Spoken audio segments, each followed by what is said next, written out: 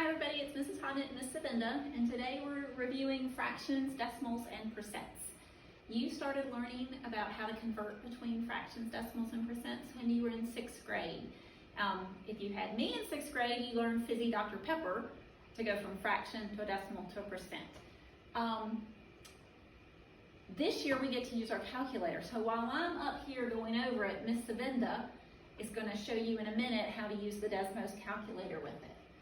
So let's look first. We have how to convert a fraction to a decimal. And it just says to divide the numerator, the top number, by the denominator, which is the bottom number. So let's do an example, Miss Savinda. Let's do 31/50. So Miss Savinda is going to take the calculator, the Desmos calculator, and she's going to type in 31 divided by... Miss Savinda's trying to get the projector mode off. And the braille mode off. And...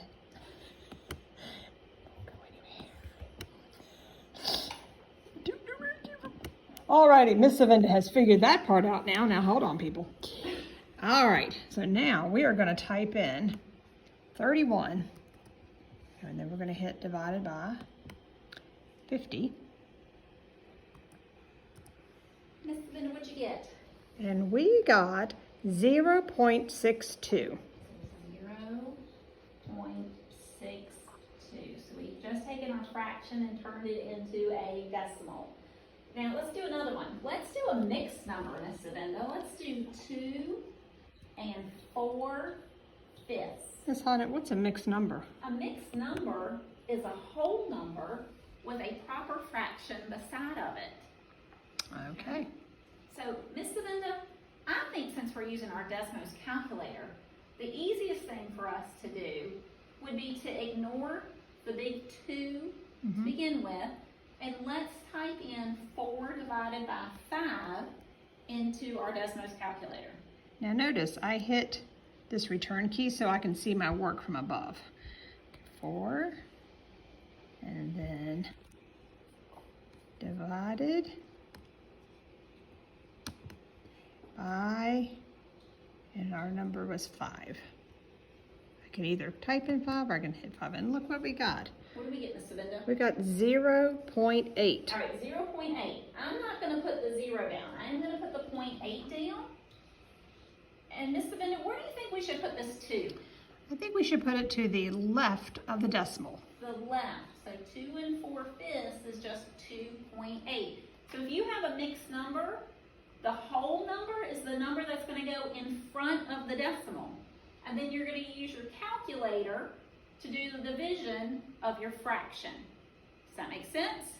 Makes sense to me. Okay, let's look at one more, Miss Savinda. Let's do the fraction 5/6. 5/6. Okay, so let me see. I'm going to go to my calculator and I'm going to hit the 5, and then I'm going to hit divided by, and then I'm going to hit 6. Oh, Miss Hodnett, I got a crazy number. Did you get a repeating decimal? I did. I got 0.83333333333. Okay, when you were in 6th and 7th grade, you learned how to show a repeating decimal. And if you remember, we're just going to put 0.83, and then we're going to put a bar notation, a line right over top of that 3. And that line means that that 3 keeps on repeating. Everybody remember that? Right there with you. All right, moving on. Our next thing is changing a decimal to a percent. Let me slide this down a little bit, Miss Linda, so we can get that up here better. A decimal to a percent. If we have a decimal, we're going to take our decimal, we're going to multiply it by 100 and add a percent sign. So if I have the decimal 0.55, all we have to do is put that in our calculator, Miss Savinda. Alrighty. So 0.55. 0.55. 55. That was a little bit faster than, I just typed it in instead of going to all those numbers on my calculator, but it still worked. Yep. Okay, times 100. 100. And we got 55. So we're going to write that as 55%.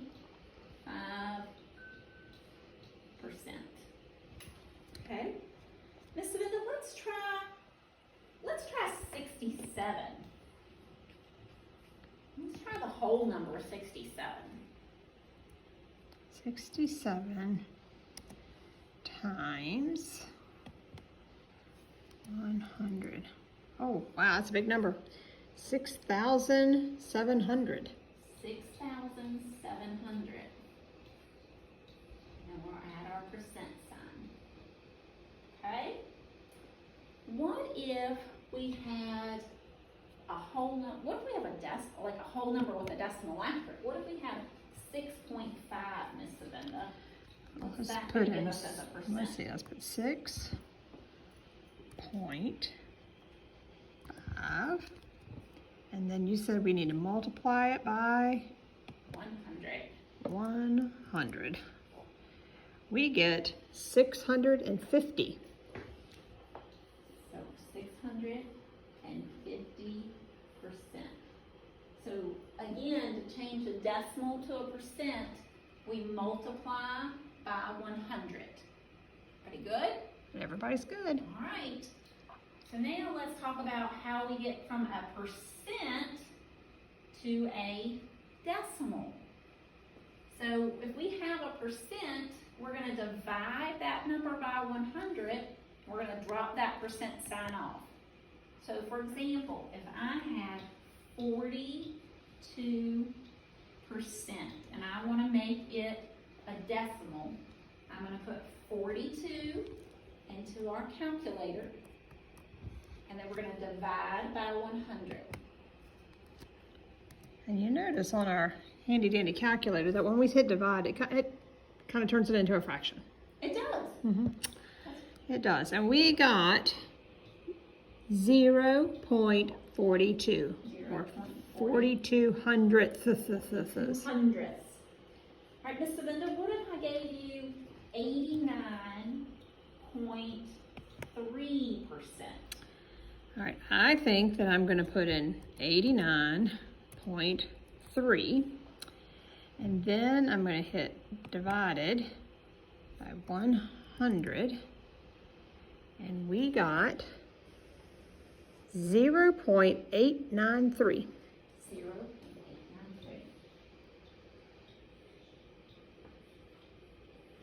Good job, Miss Savenda. Thank you. All right, and then our last thing that we need to review is going from a percent to a fraction. Okay, percent to fraction. And it says to write the percent as a fraction over 100 and reduce to lowest terms.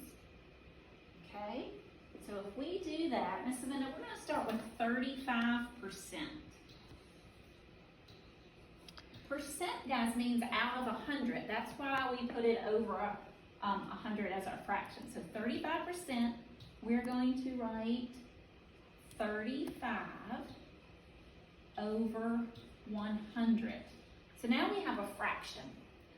But when we have fractions, we always have to reduce to lowest terms. So one good thing to do is to check to see first, will the top number divide evenly, the numerator, will it divide evenly into the bottom number, the denominator? So Ms. Honnett, when I'm checking that, do I put the 35 in the calculator first or the 100 in the calculator first? The 35, the top number always goes in the calculator. No, wait a minute. I was tricking Ms. Honnett. Okay, because we're checking to see if 35 will go Into 100. Sorry. We've got to put the one. So we got to put the 100 in first. So I'm going to do on the calculator. See, I haven't made it into a fraction, and I'm just checking right now to see can 35 go into 100. So I do 100 divided by 35, and I get this crazy decimal. So the answer would be that's a big no. All right, so now we need to think think of a number, Miss Savinda, that will go into 35 and the same number will go into 100? Well, I know a rule, Ms. Hodnett, that if the top and the bottom are divisible by 5, like 5 can go into 5 and 5 can go into 10, I can try 5. Okay, so let's try dividing them both by 5, Miss Savinda. So I'm going to put divided by 5 and divided by.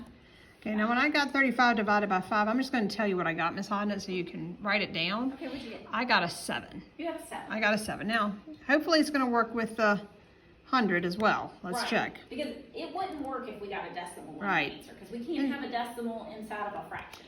And if it didn't work on the bottom, then then we would know we needed to try something Try else. something else. But I got 20. So 7 over 20. Miss Savinda, can you think of a number that would divide into 7 and the same number would go evenly into 20? Well, I know a couple of things about 7. One, it's not even. It's an not odd.